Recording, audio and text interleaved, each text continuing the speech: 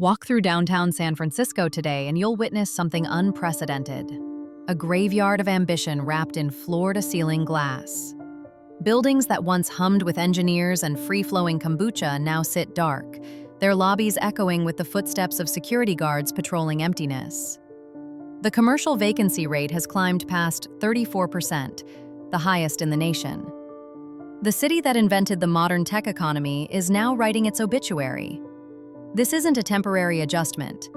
Over 30 million square feet of office space has been vacated since 2022, a retreat so massive it's reshaping the physical geography of American cities.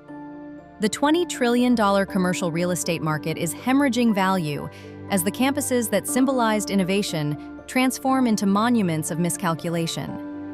What was once synonymous with growth, energy, and vibrant culture is now defined by silence, subleases, and locked cafeterias. Between January 2022 and June 2025, more than 525,000 tech workers worldwide lost their jobs.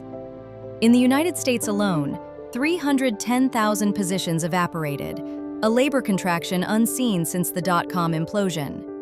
Meta, Amazon, and Google led the charge, shedding hundreds of thousands of workers in waves that felt more like controlled demolitions than strategic restructurings.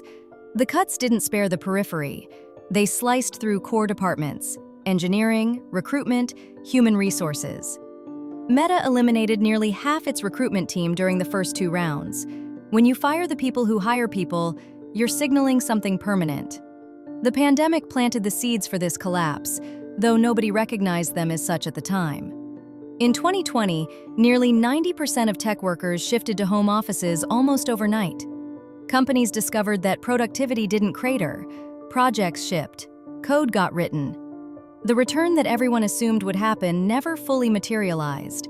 By 2023, only 26% of tech employees showed up to offices 3 or more days per week. The rest had built lives around kitchen tables and spare bedrooms, and they weren't coming back.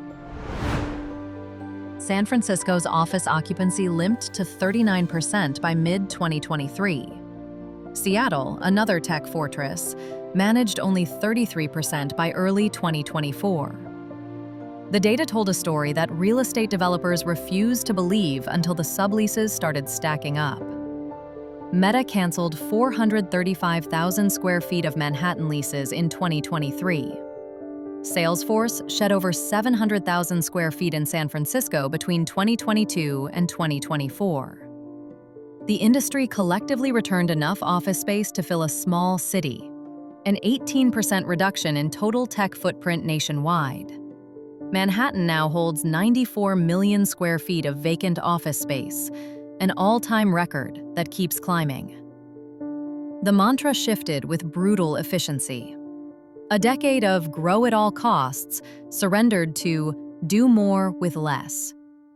Meta declared 2023 its year of efficiency, corporate speak for gutting administrative staff and eliminating programs that once defined the company's culture.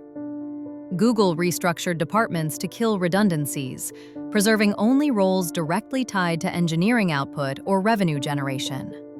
Amazon slashed experimental initiatives and concentrated resources on profitable units, dismantling internal innovation teams that had operated with startup-like autonomy. McKinsey quantified the transformation. The average tech company reduced headcount by 12% from 2021 peaks, while increasing revenue per employee by 19%. Leaner operations, fatter margins, fewer humans. The math worked beautifully on spreadsheets and earnings calls. The human cost registered nowhere in the calculations. The iconic perks evaporated alongside the jobs: free gourmet meals, on-site massage therapists, game rooms, social events. The elaborate ecosystem designed to keep workers happy and working longer hours got dismantled piece by piece. What remains feels colder, more transactional, stripped of the quirky warmth that once distinguished tech culture from traditional corporate environments. Employee engagement in the sector plummeted from 38% to 27% in just 5 years. The workers who survived the cuts aren't grateful.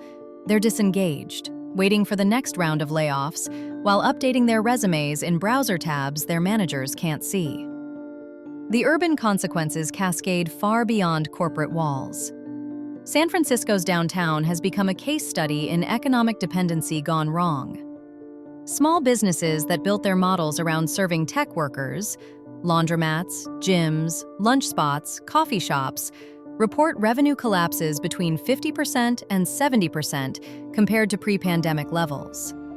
Public transit ridership in San Jose has fallen 60%. The daily rhythms that animated neighborhoods have simply stopped. City budgets are buckling under the weight of vanished tax revenue. San Francisco faced an $800 million deficit in 2024, largely attributable to cratering commercial real estate values. A Moody's study estimated that declining tech office occupancy could shave 4% to 6% off the annual GDP of major tech cities, with impacts persisting for a decade if current trends hold.